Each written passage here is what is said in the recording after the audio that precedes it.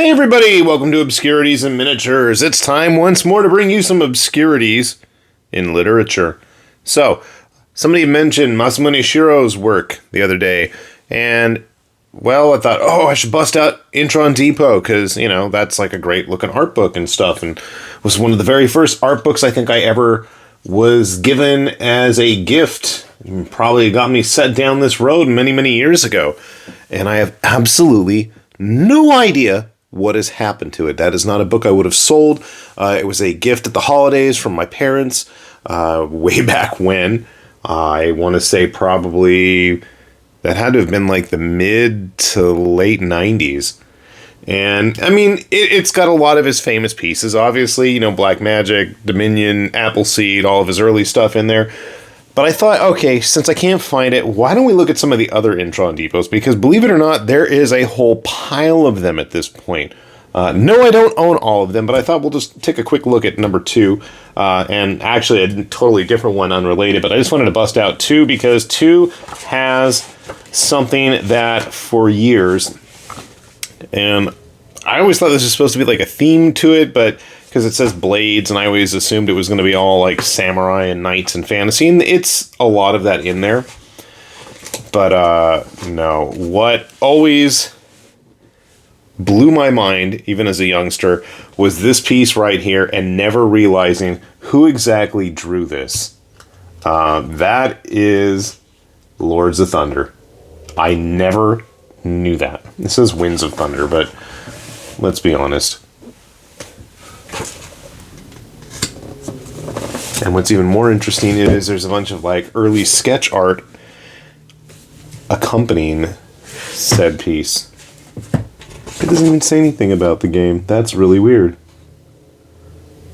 Winds of Thunder. I thought it was, I don't know, I never played the Japanese version, so I can't speak to it. Yeah, there are definitely a lot of blades. Shirow's fantasy work is itself quite impressive. It's funny how he's always known as like the cyberpunk guru, but the man can operate within any kind of genre, I feel. And what's especially nice about this book, I have the Japanese edition. I don't think there's a huge difference between the English and the Japanese ones. It is bilingual. In fact, I think all of the ones I've ever encountered have been bilingual, so it's not like you're going to be missing out on something if you pick up one of the foreign editions. One of the things I liked about the second book more so than the first one is that there's a lot more of an eclectic mix of things. You see a lot of his early Photoshop work, playing around with the computer. And, I mean, he's doing this, in the early 90s on some of this stuff. 96, 97. I mean, you had guys like Terasawa Buichi who did Space Adventure Cobra. He was goofing around with it on the Mac when he was making, what was the one with the guy with the big mushroom hair? They made like a CD game on the old Turbo system. I don't even remember what it's called now. I want to say Change Command or Goku. No, something Goku related. Midnight Eye Goku? Possibly. I mean, you can't knock a lot of his artwork. Now, what's funny is I know there's some very, very graphic adult stuff that he's done for various novels as well. If you're looking for that kind of stuff, I'm assuming it's probably in one of the later books. I wanted to actually talk about number 5 today. It seems like everybody always focused on the first one, One of the reasons I like the 5th one, Battalion, is because of what we're talking about in there. Now, it's interesting that you can see straight up right here, we've got all of his Fire Emblem artwork, which was one of the main reasons I wanted to pick this up. But also, I was not aware of his RF Online work. Now, much like the other books, you've got all kinds of other stuff, some random Ashura Fantasy, some online game from the early 2000s that went nowhere. Can't knock the artists involved for that, though. And I was trying to dig through, I had a bunch of old MMORPG magazines from Japan. About the time, my kids were little, we were there fairly often, and I had a lot of that stuff. A lot of Famitsu-related magazines. And I couldn't find anything on that one. But then I'd say the early bulk of this book is actually going to be all of his Fire Emblem artwork. Daisuke Izuka, who is just a very prolific artist, is responsible for a lot of the, traditional Fire Emblem work. But one of the things I appreciate is you do get a closer look in this at some of his, early sketch stuff, and just getting a chance to see the process that Shirow worked through. I mean, how dense some of his line work is when he gets into it is just really impressive. Early work on,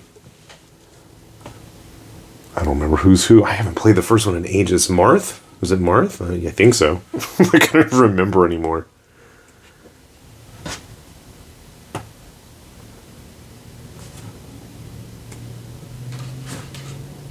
Now that's the kind of art I like to see from Shirow, when you have just all of the effects and all of those overlays in play. I mean, the man really knows how to work his way around a computer when it comes to artwork.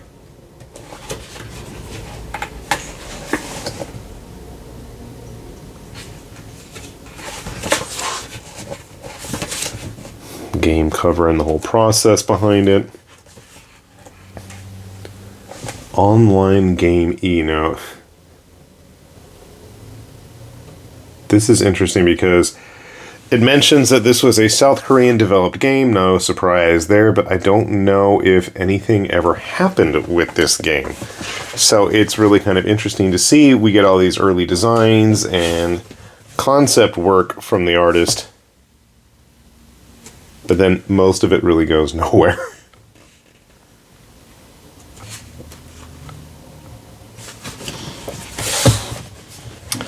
Now, if ever there was a game that, at least on paper, hit a lot of the buttons I wanted to be interested in, RF Online was one of them. Sadly, the gameplay never lived up to the designs, but then again, I was just never a big fan of MMORPG style gameplay as it was. Not to say that I was not a fan. I absolutely was a huge fan of what a lot of the artists were doing with the games, and I do not recognize any of this stuff, which is what's wild. I mean, I know I played it a few times. The Acretia, those were the guys that were like all the mechs. And I'm like, if you're going to have Shirow designing mechs, you can pretty much count me on board, and I did not know he had anything to do with it. Again, other random games he was doing concept art for. We've got a lot of breakdowns, color palettes.